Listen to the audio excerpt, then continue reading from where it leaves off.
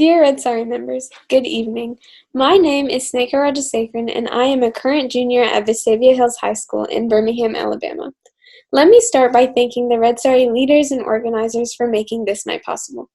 Tonight, we are all gathered here, connected by the one thing that tore us apart from each other, COVID-19.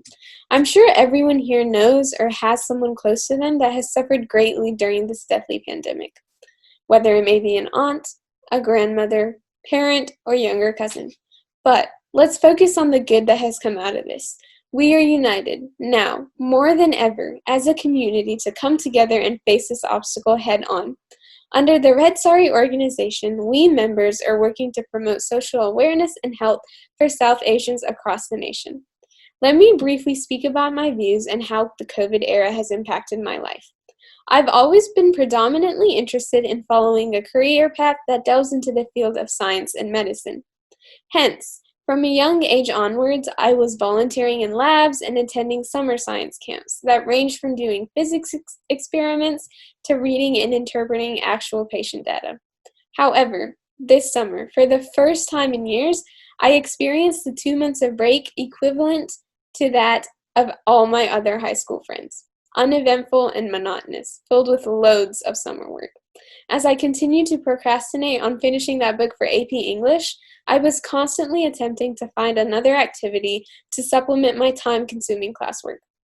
As if my plea had been heard, the next day, my father introduced me to a series of webinars and seminars that were hosted by Red Saree. Previously, in the summer before 10th grade, I had the opportunity to attend the SAHA conference in Boston, Massachusetts, where I was first exposed to the Red Saree community.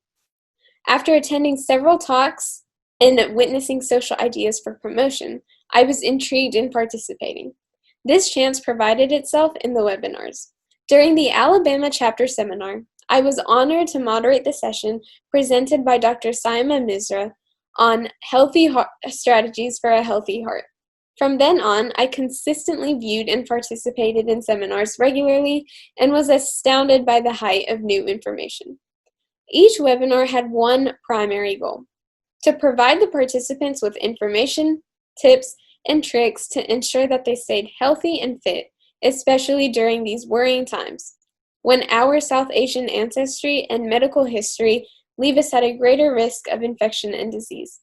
Further, these webinars were applicable and relatable to everyone, including those of my age group. In our world today, teens, depending on their age and developmental stage, have a desire to see their friends and peers, as they are at the point in life where they are very invested in social connections. They need some sort of contact with others. And Red Saree provides just that. It allows for individuals of all ages to participate, interact, learn, and grow with others, and gives them a true understanding of what the pandemic really means and how it impacts each and every one of our worlds today and what we can do to cope. Truly, I've been so inspired and so honored to be able to participate with this talented and fantastic organization, and I hope to take it farther in terms of expanding it. Going forward, the Alabama chapter plans to begin a youth organization, the Youth Wing Red Saree, and carry it on to the national level. This will be a great opportunity to expand the organization and help more individuals across the nation. That being said, I want to thank you all once again and hope you have a great night. Thank you.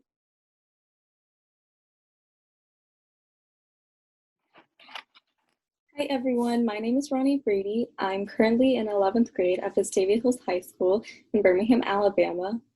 So the COVID-19 pandemic has changed my life in numerous ways, whether at school or even at my home life.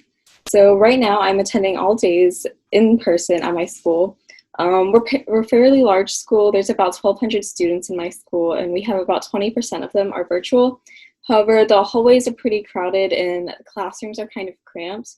But for me, the face-to-face model has worked because it's what I've always done. For me, like, it's the same way I've attended school my whole life, just with added on masks and social distancing. However, the biggest factor for me, or the biggest difficulty, I would say, is the added stress, like the reality of it, the fact that we are in a global pandemic.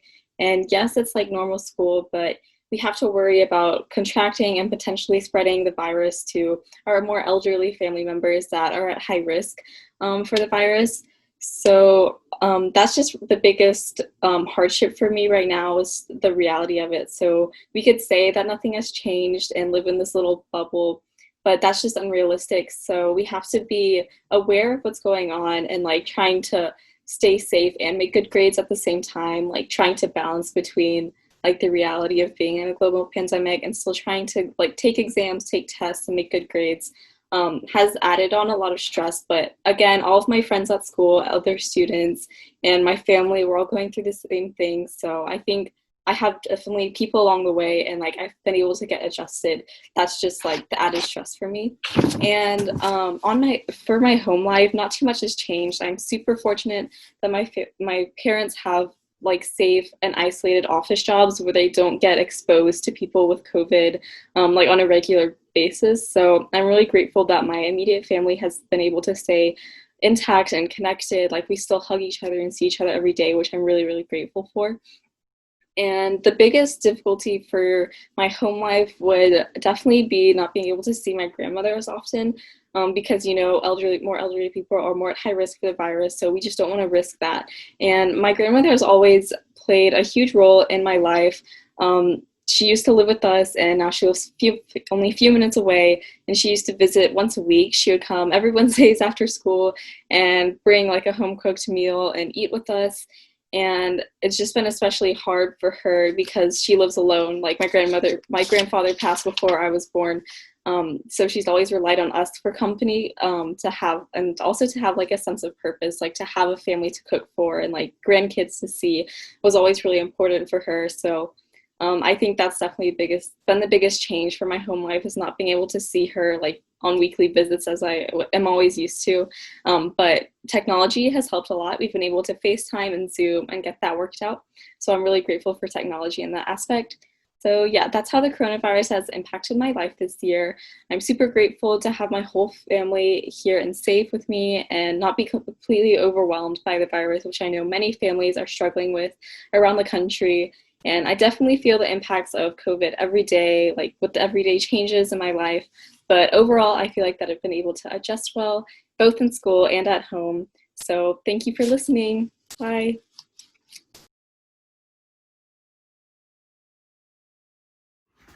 Hi, my name is Trisha and I'm a senior in high school.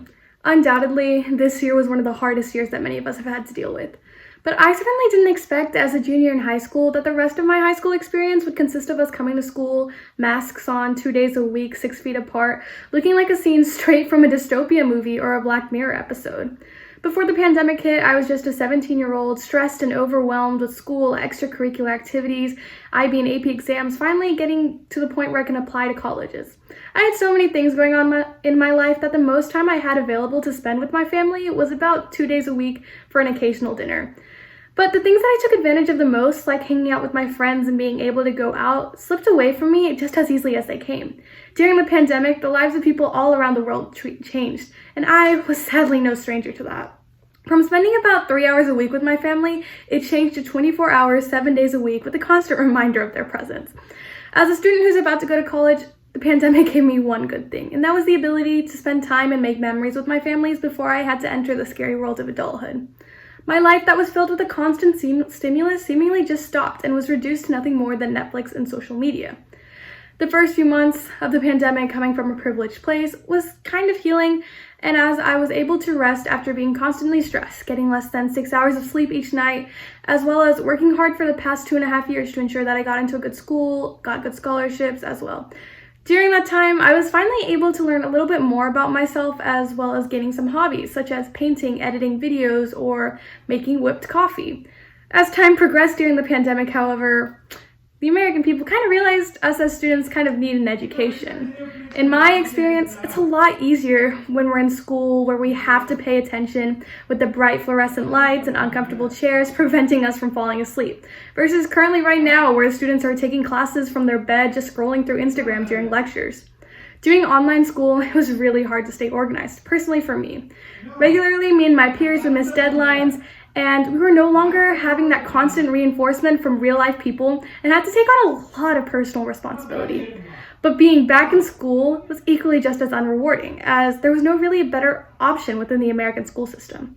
Thankfully, I had to never go under the horrors of Zoom University, where every class was an online video call. But rather, I tuned into casual Google Meets and watched instructional videos and completed assignments by deadline. This year was definitely very, very weird, and I will definitely remember it for the rest of my life. In the future, when the children of our generation start mentioning that I don't want to go to school today, I know for a fact we're going to respond with, when I was a child, I had to go to school during a pandemic.